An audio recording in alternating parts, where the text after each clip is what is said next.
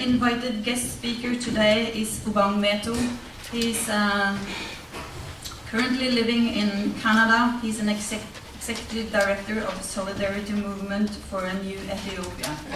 One of his key focuses is how the ethnic card is played in Ethiopian politics and how to put humanity before ethnicity. Welcome, Obang.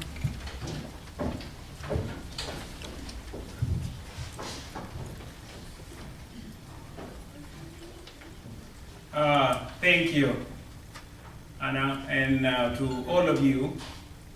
I came all the way from Canada and to speak for 20 minutes. Almost 8,000 for 20 minutes. So I had my presentation put in writing, so I may not go through all of it. I think most of the speakers before me or after me will summarize most of this. But I was told to speak about human rights and climate of the Ethiopian politics. I want to make it very clearly that I'm not a politician. I'm a human rights activist. And I will speak to you from the experience point of view. It's not academical. What I'm going to talk about is real and it's true. First, I would like to thank the Norwegian Association for Asylum Seekers, and then the other peoples who have worked together with them to make these events possible.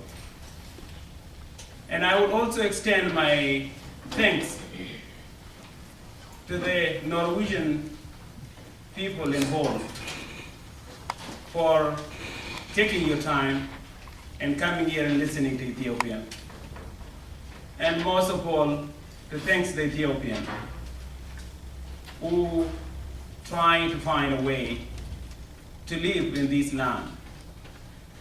I'm not going to make any labeling or negative things to the Norwegian policy or to the Norwegian government. I actually will emphasize and speaking more about the Norway.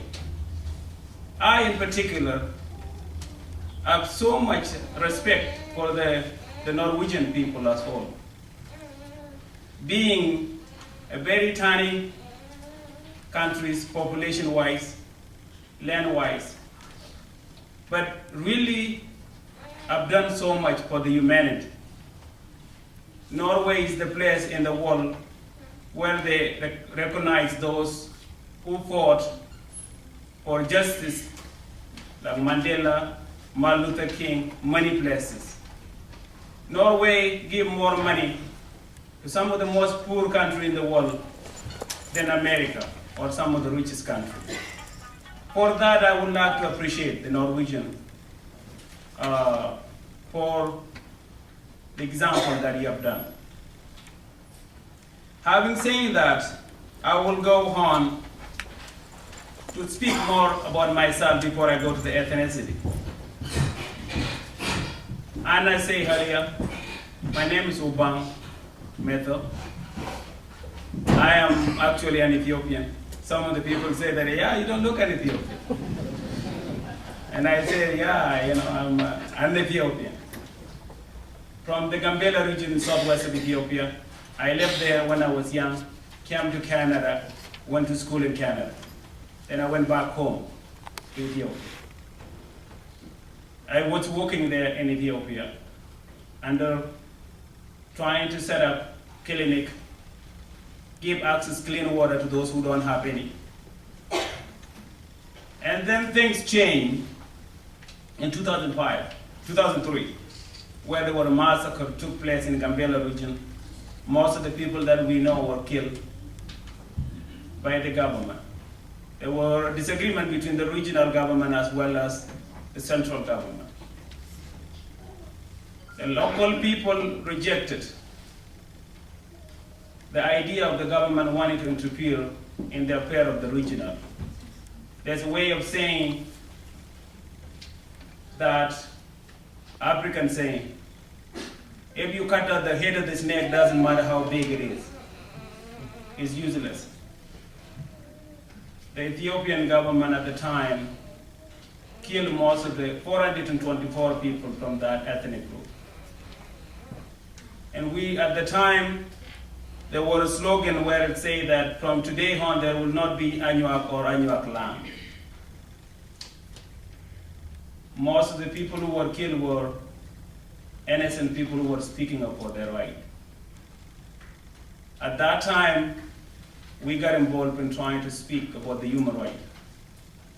It was the first time that I came to Norway in July in 2004. I came to this land seeking justice because I know what the Norwegian has done. I came at the time for the Anuak and then for the Gambela, but not for the whole Ethiopian. The second time I came for the whole Ethiopian, which made me come to realize that justice will never come to the people of Gambela until it comes to the whole Ethiopia. That led us to set up an NGO called Solidarity Movement for New Ethiopia. Because the idea is, unless the Ethiopian value each other as a human being rather than a tribe or a religion or a language, Ethiopian will remain poor and they will try to seek refugee status like they are in this country. I think Hannah put it somewhere earlier, very beautiful. There's no illegal human being. There's no 99.9% human being. Our humanity does not have boundary. We come to this world with nothing but the humanity identity that we have with us. So that organization's goal was to advocate for the right of the Ethiopian wherever they are found. Believing that humanity comes before ethnicity, not a single Ethiopian will be free until we are all free. And that reason that why I'm here, because I feel that Ethiopians who are suffering in Norway are not free, so do I. I'm not free either.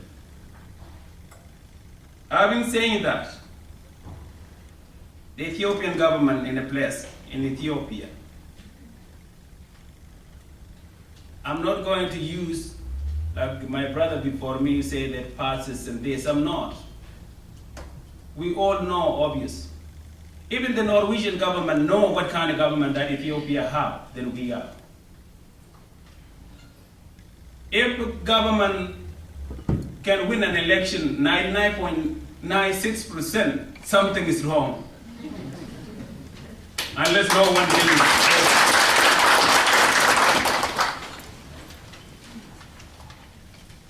One thing that I'm coming to my meat of almost the end of my talk, and I'm going to really go more into that. I emphasized earlier, I'm not speaking as a politician. I'm speaking as a human being who cares about the well-being of a human being, doesn't matter who they are, what their color they are, what their nationality is. And I want to remind everybody in this room, had Ethiopian been given a choice, they would never come here. No one would like to choose to be a refugee. People are forced to be a refugee. Ethiopians who came to this land were looking for safety and security and opportunity. Had they have a choice, they would never go to the cathedral and the church. They would rather go to Ethiopia. And lack of that is the reason why they are here, not only Ethiopia. The life of being a refugee looking for opportunity is not only with Ethiopia. At the end of the 19th century, thousands of Norwegians went to North America looking for opportunity. The same thing that the Ethiopians have done, being here. Today is not only the Norway. Last year, there were Ethiopians who went to Japan Some of them were in jail for 3 years. I went there to talk to the Japanese authority. Last month, there were Ethiopians who were detained in Chapachula, Mexico. They went from Ethiopia to Dubai, to Panama, to Ecuador, to Guatemala, El Salvador, and then they were arrested in Mexico for 6 months. And we went there and released them. Ethiopians are dying in the Red Sea trying to run away from Ethiopia. They've been shot dead in Israel, in Egypt trying to cross to land to Israel. In the Sudan, in Kenya, everywhere. The question we need to ask is, why these people wanting to run away from their home? That's why in Africa say that if you want to stop the stream, go to where the root the stream is. And I'm coming to my conclusion. The Ethiopians who are suffering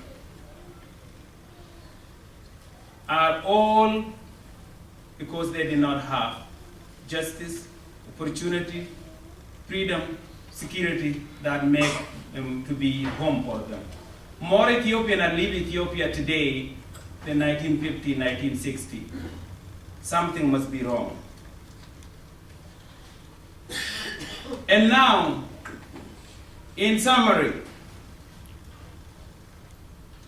the Ethiopians who are undocumented workers or in Norway, I want to appeal to the Norwegian authority in the Norwegian Ethiopian to think once these people are not criminal.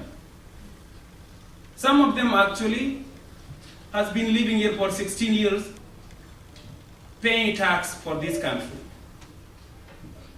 Some of them have home. These are not people that are sitting down getting the taxpayer. There were people who are working. The mistake is on their behalf. The second mistake is on the Norwegian behalf. When they first come here, they were giving a working permit to work, but not the legal status to live. The law changed, and making them now unable to work. As a result, they have family, they have children, they have home, just like someone. Imagine yourself, if you are a Norwegian, put yourself in the shoe of these Ethiopian people.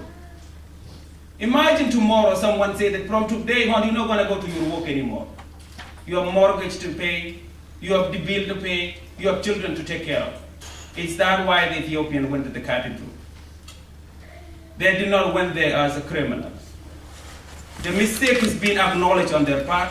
The mistake also needs to be acknowledged on the Norwegian part. If they are 100 or 200 Ethiopian, returning them to Ethiopia is not the solution. That's not going to solve. If the Eritrean cannot be deported to Ethiopia, Ethiopia is not any better than Eritrea or Somalia. And in conclusion, these Ethiopians are not numbers. They have names. Ioannis, Adane, Ababe, you named it. These people have a family, husband, wife, son, father, brother. As in a conclusion, again, I want to remind you this. Put yourself in the shoes of those people. They are not that many. And I would like the Norwegian to reconsider trying to work. I'm not telling them to bring those who are new, the one who's been living here. Grant them the status to live.